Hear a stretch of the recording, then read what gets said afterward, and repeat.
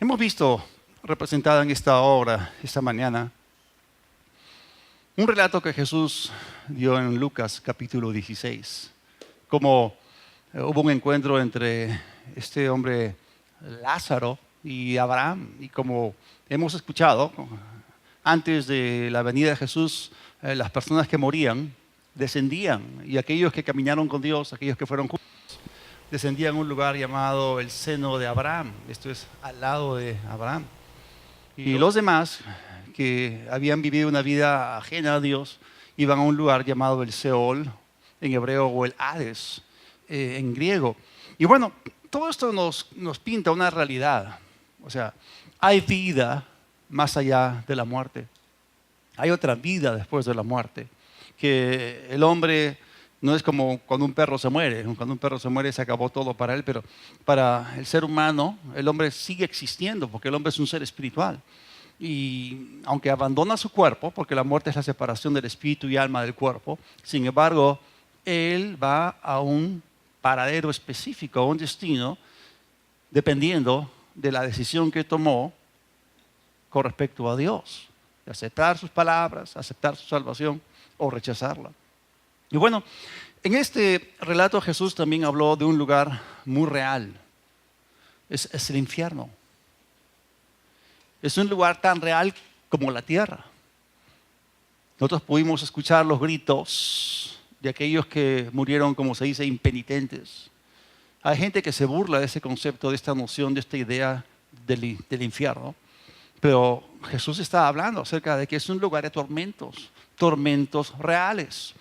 Ahora, en esta historia que hemos visto representada, hay más que dos personajes, más que Abraham y ese Lázaro. Está el hombre rico al cual Lázaro escuchó gritando. Ese Lázaro en la tierra, pero ese hombre rico en la tierra había tenido muchas posesiones, vivía con muchas comodidades, pero ese hombre murió. Y la Escritura dice que él descendió al Seol y ahora dejó las comodidades y estaba súper incómodo. Dejó la riqueza, ya no era rico, ahora era un mendigo espiritual. Y él comienza a suplicar a Abraham, comienza a rogarle a Abraham de que Lázaro suba a la tierra, vuelva a la tierra, para que le hable a sus 5 hermanos que estaban viviendo con el mismo estilo de vida que él tuvo y que lo condenó. Es interesante cómo aquí vamos a hablar acerca de las realidades de un mundo paralelo. O sea, hay mundos paralelos.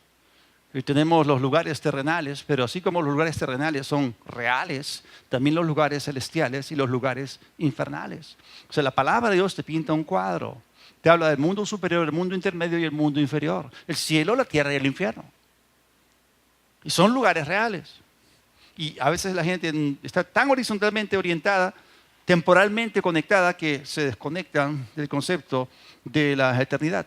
Vamos a ver esta historia en la Escritura, en Lucas capítulo 16, los versículos del 19 al 28. Había también un hombre rico que se vestía de púrpura y de lino fino y cada día celebraba espléndidos banquetes. O sea, así vivía disipadamente.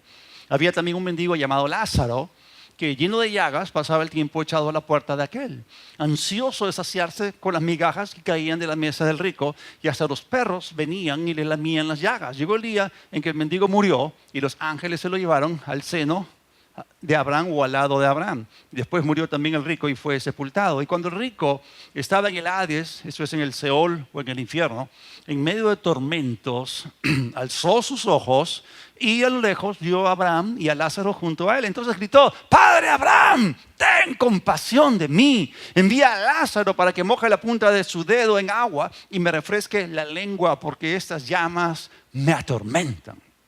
Pero Abraham le dijo: Hijo mío, acuérdate de que mientras vivías tú recibiste tus bienes y Lázaro sus males. Pero ahora aquí él recibe consuelo y tú recibes tormentos. Pero además de esto, hay un gran abismo entre nosotros y ustedes, de manera que los que quieran pasar de aquí a donde están ustedes no pueden hacerlo, ni tampoco pueden pasar de allá hacia acá. ¿A qué respondió? Padre, entonces te ruego que envíes a Lázaro a la casa de mi padre, donde tengo 5 hermanos, para que les advierta, a fin de que no vengan ellos también a este lugar de tormento. O sea, el ex rico ahora es el nuevo mendigo. Está rogando. Está pidiendo por sus hermanos que se encuentran arriba, en el mundo intermedio, en los lugares terrenales, en la tierra. Este hombre se había dado cuenta que el infierno era real. Pero el problema es que se dio cuenta muy tarde. Y esto que estamos escuchando, y esto quebranta mi corazón, es la triste realidad de muchas personas que mueren cada día, que en vida seguramente se burlaron de la existencia del infierno, que decían muy ligeramente a los demás, vete al infierno, cuando Jesús en el Sermón del Monte dijo que si tú tienes esa actitud contra tu hermano, contra cualquier otra persona, eso te puede llevar a ese mismo lugar que tú le deseas a la otra persona. Y así como este hombre rico se dio cuenta demasiado tarde de la realidad de este lugar, la mayoría experimentan lo mismo. O sea, miles de personas mueren cada día después de que descienden. Entienden. Pero es muy tarde. Ahora, aquí vemos de que hay más allá, hay un más allá que es tan real como la tierra. Cuando la gente se burla de esta noción, idea o concepto del infierno, la verdad es que no saben lo que están diciendo. Ahora vamos a ver qué fue lo que Abraham le respondió a este ex hombre rico.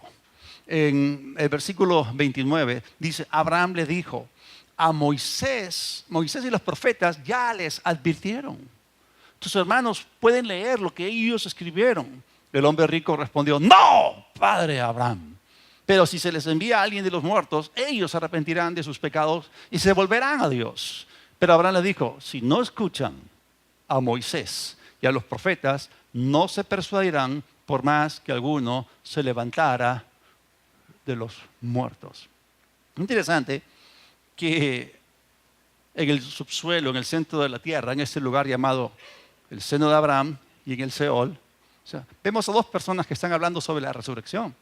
Vemos aquí al nuevo mendigo, el ex rico, está pidiéndole al padre Abraham que Lázaro resucite y que ascienda a la superficie para que los hermanos de este rico o de este ex rico puedan creer.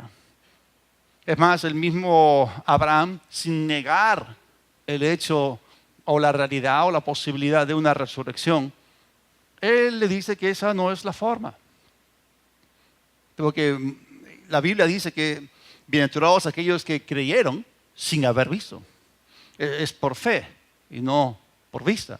Es más, si es que hablamos acerca de resurrección, Abraham, el padre de la fe, cuando Dios le pidió que él sacrificase a su hijo en el monte Moriah, en el actual lugar del templo, donde estuvo el templo en Israel, en Jerusalén, la Escritura nos dice claramente en el libro de Hebreos que él estaba convencido de que si él sacrificaba a su hijo Isaac, Dios lo iba a resucitar. Pero Abraham se remitió a algo que era mucho más poderoso que un milagro de resurrección. Él se remitió a lo que estaba escrito. Él se remitió a la autoridad de las Escrituras. Es interesante pensar de que cuando Abraham murió, todavía la Biblia no había sido escrita. O sea, el Antiguo Testamento, los 5 primeros libros conocidos como el Pentateuco o la Torá en hebreo o la ley, aún no había sido escrito. El Pentateuco fue escrito por Moisés. Entonces Abraham murió, descendió, no había escrituras todavía. Sin embargo, aquí le está diciendo al ex rico que lean las escrituras. Lo que pasa es que conforme pasó el tiempo, de repente comenzaban a llegar personas y Moisés se apareció en el seno de Abraham y comenzó a contarle a Abraham todo lo que el Espíritu Santo le había revelado y cómo por inspiración Dios le dictó lo que tenía que escribir y cómo Moisés escribió acerca de Abraham. Y Abraham está escuchando, ¿qué? ¿Escribiste eso? Sí, y escribiste eso también. Sí, wow, qué tremenda precisión hay en el Espíritu Santo. Y conforme llegaron los profetas, aparecía uno, aparecía otro, y le comenzaba a contar todas las cosas que ellos habían escrito por inspiración. Entonces está completando el cuadro. Había una gran expectativa en ese lugar. Entonces estaban conectando los puntos. Esto es tremendo. Y bueno, por eso vemos que él dijo, Moisés y los profetas ya les advirtieron. O sea, él se estaba remitiendo a lo que estaba escrito como la más alta autoridad, como aquello que es mucho más poderoso para persuadir que una señal visible. Por favor, repitan conmigo, señales, milagros, prodigios. Ahora, en la tierra durante el ministerio de Jesús, había mucha gente religiosa que vio con sus propios ojos a Jesús sanar los enfermos. Ellos vieron a Jesús resucitar muertos. Jesús hizo muchas cosas maravillosas. Eran milagros innegables. O sea, ninguno de ellos podía negar lo que Jesús estaba haciendo. Sin embargo, aún así, ordenaron matarle. Y les hago una pregunta. O sea, ¿qué es más poderoso? ¿Una señal? ¿Un milagro? ¿O una escritura? ¿Qué es lo mejor? Lo mejor es la escritura. No existe herramienta más poderosa para persuadir que el oír la palabra de Dios y creer en el corazón. Porque mucha gente que orquestó la muerte de Jesús vio señales una tras otra y aún así ordenaron su muerte. Leyendo esta Semana Santa los relatos paralelos de Marcos, Mateo, Lucas y también el de Juan. En Mateo vemos cómo los guardias, después de haber visto el ángel, experimentar el terremoto y quedaron como muertos. Que ellos entraron a la ciudad y hablaron a los principales sacerdotes, a los ancianos, al sumo sacerdote Caifás y su suegro Anás, y les dijeron lo que había ocurrido. Vieron al ángel, vieron a Jesús resucitar. Y aún así, sabiendo que esto había ocurrido, ellos, para taparles la boca, los sobornaron con mucho dinero y les prometieron protección de Pilatos. Porque para un soldado romano que se le escape un preso, es muerte segura. Estamos hablando de esa clase de gente. Entonces, ¿qué cosa es mejor para persuadir a una persona? ¿Una escritura o una señal? Una escritura.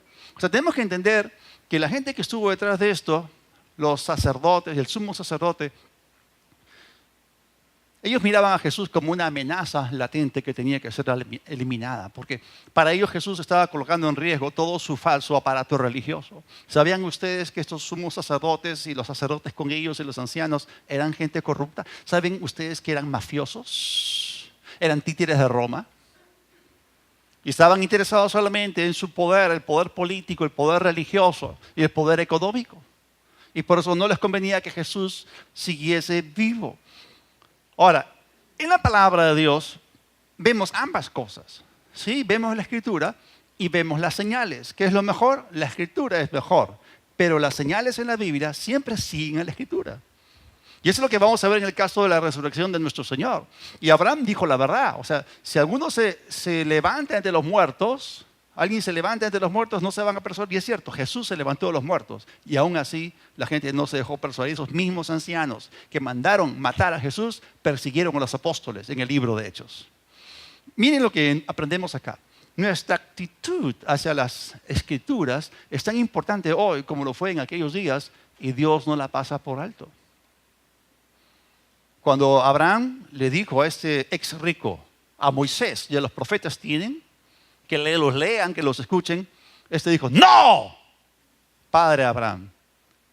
Por eso se condenó, por su actitud antagónica o contraria a las escrituras. No quiso escuchar la palabra de Dios. Y es triste cómo tanta gente en nuestra generación, en nuestros días, no respetan la Biblia, no consideran la Biblia. El día viernes tuvimos una tarde de evangelismo. Un grupo se fue al Parque Kennedy y otro grupo fuimos ahí al Arcomar y estábamos predicando. Me encontré con un hombre de unos 70 y tantos años. Resulta que era mi vecino, vivía a media cuadra de mi casa. Yo lo había visto antes. Ese hombre negaba la existencia del pecado. Ese hombre negaba el cielo, negaba el infierno. Entonces yo le digo, en una manera muy simple, ¿no? Si usted niega el infierno, entonces niega el pecado, entonces ¿cómo voy a hablarle de convicción de pecado para que se arrepienta y reciba al Salvador para que deje de ir al infierno y vaya al cielo? Entonces, no había objeto. ¿Por qué? Porque su actitud para con la Escritura era terrible.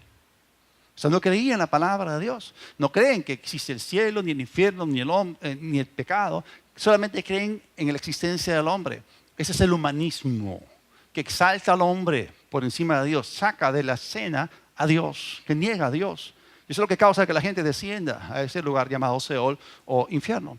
Y las Escrituras, entonces, del Antiguo Testamento, como Abraham dijo, predijeron la resurrección de Jesús. Los evangelios confirman la resurrección del Señor y describen la resurrección con muchos detalles. He estado leyendo los 4 evangelios este fin de semana y la verdad es tremendo. La resurrección es tan relevante, tan importante, fue profetizada, ocurrió, es un evento histórico y los evangelios detallan esto. Hay muchos detalles en todo esto, pero lo que está escrito, cuando viene acompañado por una señal, es poderoso. Entonces la resurrección fue profetizada, estaba en las Escrituras y al mismo tiempo ocurrió y vino a ser una señal. Y cuando esta generación incrédula y perversa le demandó a Jesús señal, Jesús les dijo, señal no les va a hacer nada. La única señal que les voy a dar es la señal del profeta Jonás. Allá ustedes, entiéndansela. Y la señal del profeta Jonás es que así como Jonás estuvo en el vientre del gran pez por 3 días y 3 noches, así el Hijo del Hombre estará en el vientre o en el corazón de la tierra por 3 días y 3 noches. Es tremendo. Mucha gente a veces no se da cuenta de la relación que existe. ¿Y cuántos saben que Jonás fue vomitado por el gran pez? No era una ballena, era un tremendo pez, un tremendo cetáceo. Y fueron 3 días y 3 noches. Es imposible que una persona dentro de un gran pez esté viva los 3 días. Jonás se murió. Porque si ustedes comienzan a leer, se van a dar cuenta que él en el Seol clamó. O sea, su espíritu descendió al Seol, clamó. Y Dios lo tuvo que resucitar para que fuese un tipo y sombra perfecto de la resurrección de Jesucristo. Si no, no encaja. El tipo y la sombra tienen que encajar. Eso es interesante. Entonces Jesús les dio la señal de Jonás. Ahora, la palabra resurrección viene del griego anastasis, y que significa levantarse de nuevo, volver de los muertos, volver de nuevo a la vida.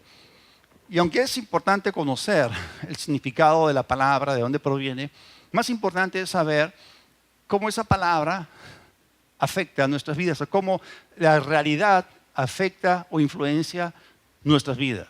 O sea, sí, está bien, Jesús resucitó, la gente habla de eso, pero ¿por qué? O sea, Jesús murió, la gente sabe esto, la gente habla, pero ¿por qué? Esta generación necesita saber no lo que ocurrió, sino por qué ocurrió. Ya lo saben. Ya la religión se los ha contado por muchos años. Ya saben que Jesús fue a la cruz y que murió y que resucitó, pero no saben por qué. No saben para qué. Y eso es lo que tenemos que decirles. Porque mucha gente no entiende la realidad del pecado, el pecado original y el pecado que es parte del hombre. La sentencia decisiva de condenación que se encuentra sobre el hombre tiene que ser revocada y es por medio de la fe en Jesucristo y en su resurrección.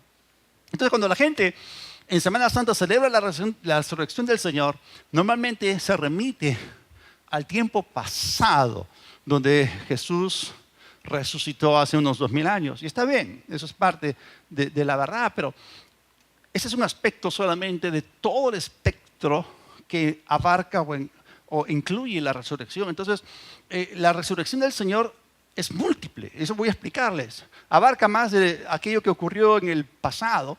Su influencia sobre nuestras vidas es múltiple. Que vamos a desarrollar 3 puntos esta mañana. En primer lugar, la resurrección es un hecho histórico que debe ser celebrado.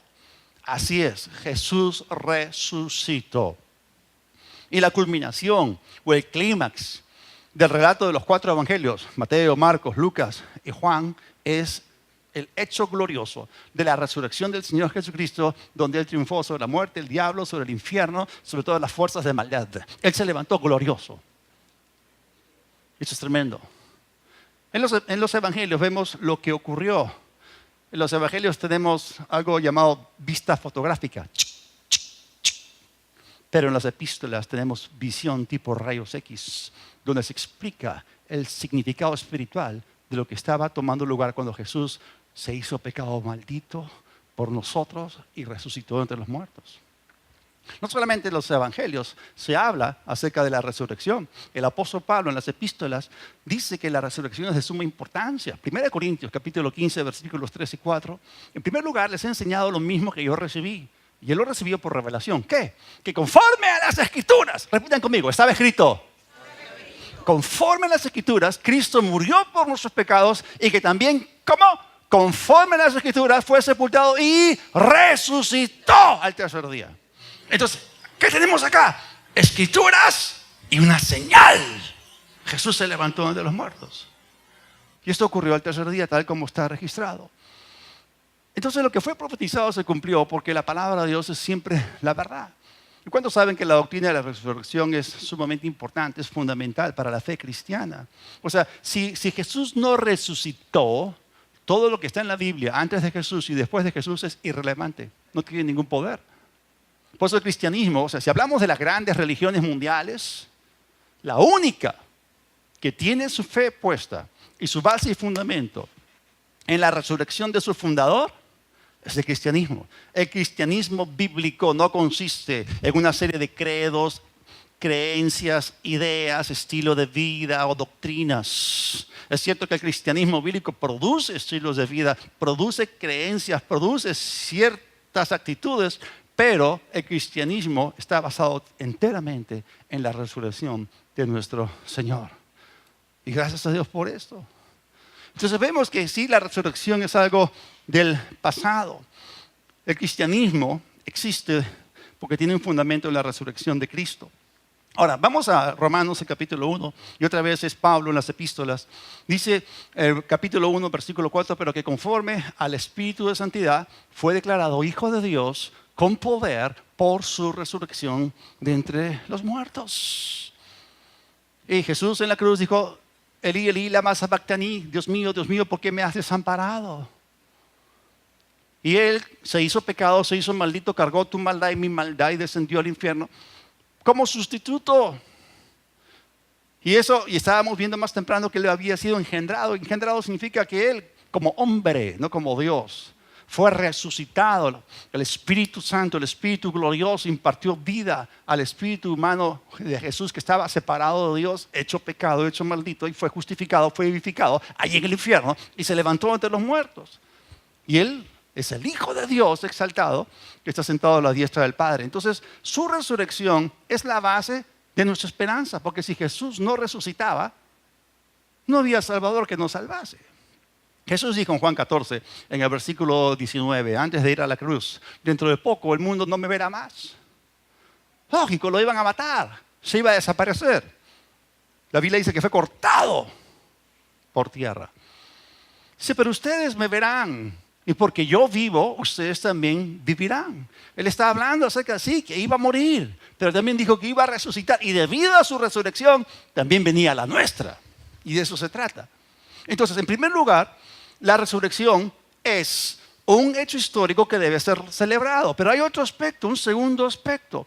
Es que la resurrección es una realidad actual que debe ser experimentada.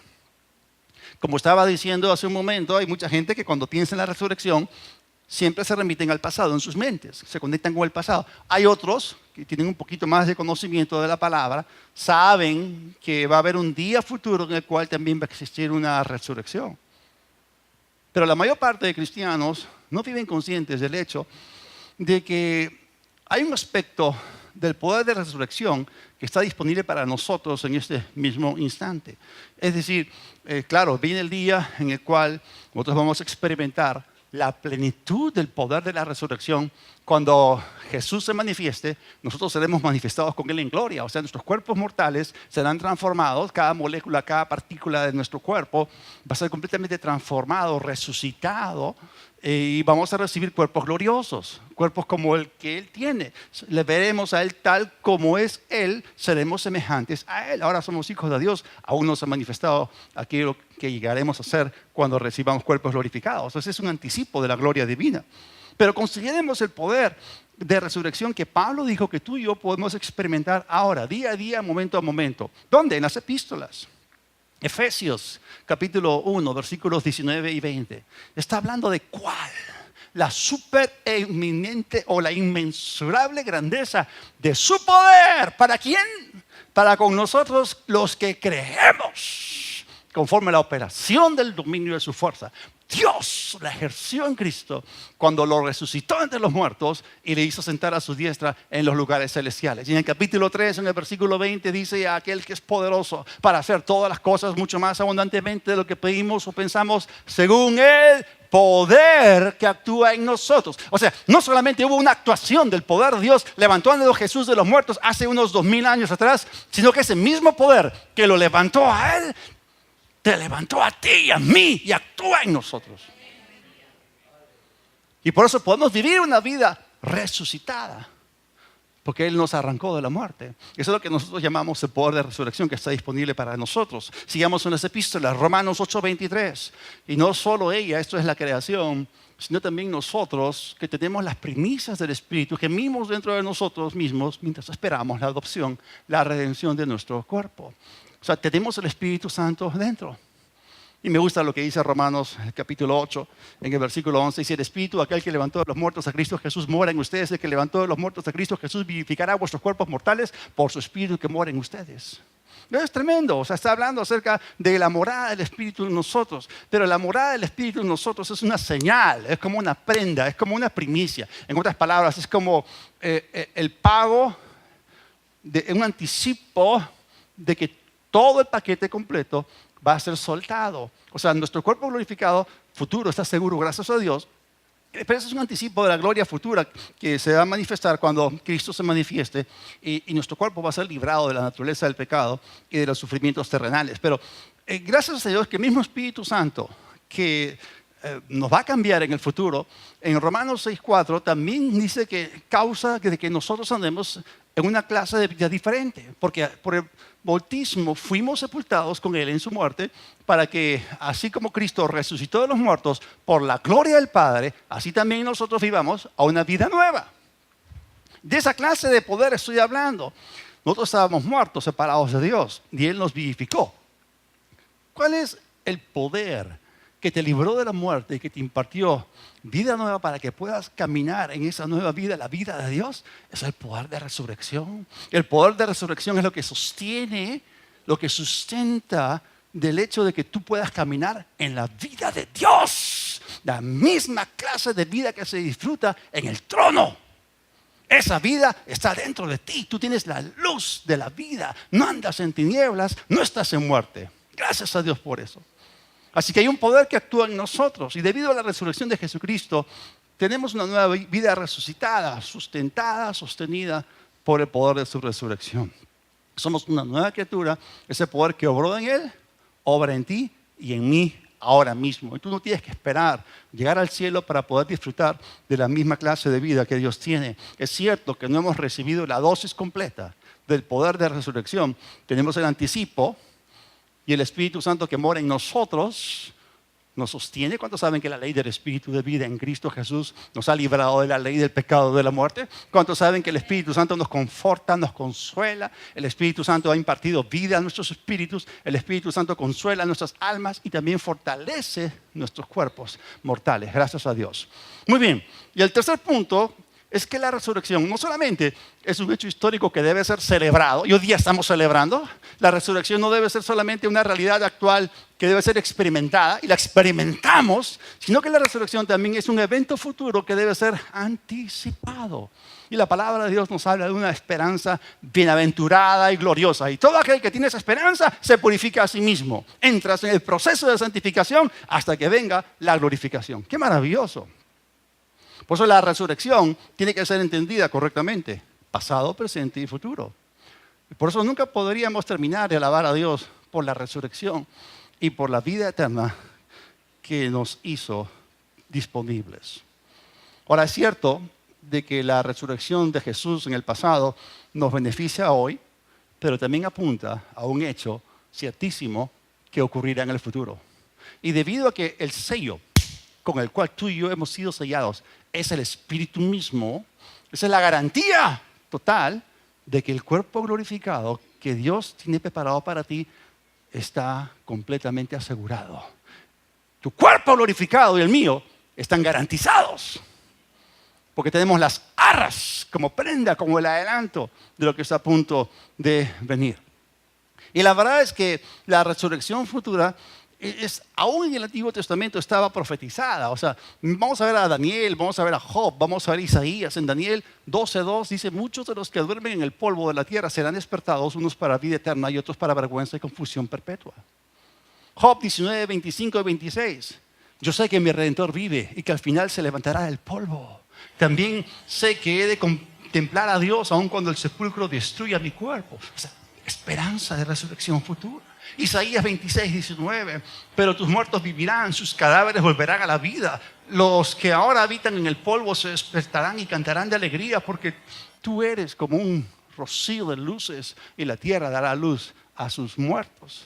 Esto es en el Antiguo Testamento, hablando acerca de una resurrección futura. Pero también en el Nuevo Testamento tenemos maravillosas promesas acerca de una resurrección futura. Juan 5:28-29. No se asombren de esto. Vendrá el tiempo cuando todos los que están en los sepulcros oirán su voz. Y los que hicieron lo bueno saldrán a resurrección de vida, pero los que hicieron lo malo a resurrección de condenación. 1 Corintios 6:14. Y así como Dios levantó al Señor, también nos levantará a nosotros con su poder. 1 Corintios 15:20 y 23. Pero el hecho es que Cristo ha resucitado entre los muertos como primicias de los que murieron. O sea, después de las primicias viene el resto. Versículo 23. Pero cada uno en su debido orden. En primer lugar Cristo y después cuando Cristo venga, los que son de Él. ¿Cuántos son de Él?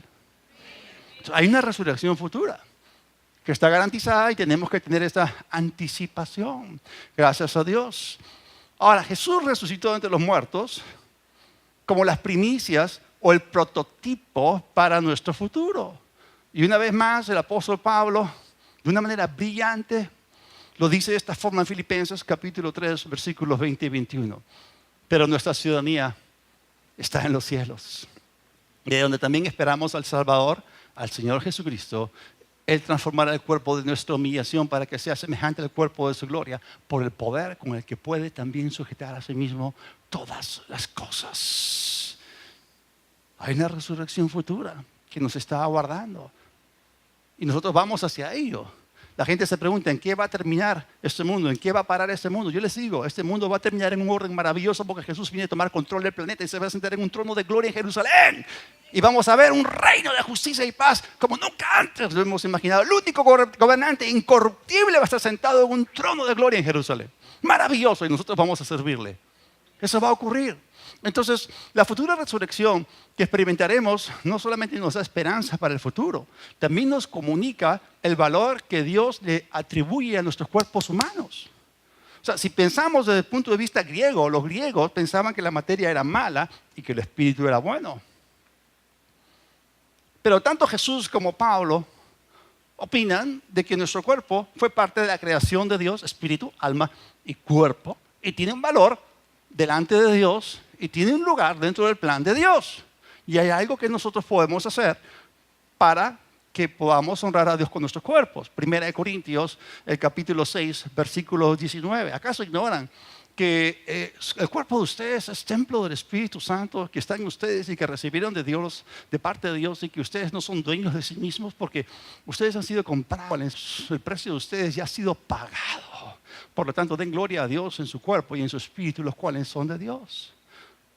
O sea, el cuerpo es importante y por eso está incluido en la resurrección. Resucitamos espiritualmente en el pasado y pronto vamos a experimentar una resurrección física. Nuestros cuerpos le pertenecen a Él. Hay un reclamo de Dios sobre nuestros cuerpos físicos y se extiende hacia la eternidad. Cuerpos gloriosos, eternos. Y esa es la razón por la cual el apóstol Pablo nos dice, hermanos, les ruego, Romanos 12:1, por las misericordias de Dios, que se presenten a sí mismos como un sacrificio vivo, santo y agradable a Dios. Así es como se debe adorar a Dios, también con nuestro cuerpo. Entonces, ¿la resurrección qué cosa es? En primer lugar, es un hecho histórico que ocurrió, que es verdadero. La resurrección debe ser celebrada. En segundo lugar, es una realidad actual que debe ser experimentada. Y en tercer lugar, es una esperanza, un evento futuro que debe ser anticipado. Por eso, asegurémonos de que estamos, repitan conmigo, celebrando, experimentando y anticipando la resurrección. Toda cabeza inclinada, todo ojo cerrado. Padre, te damos gracias por haber resucitado a Jesús entre los muertos.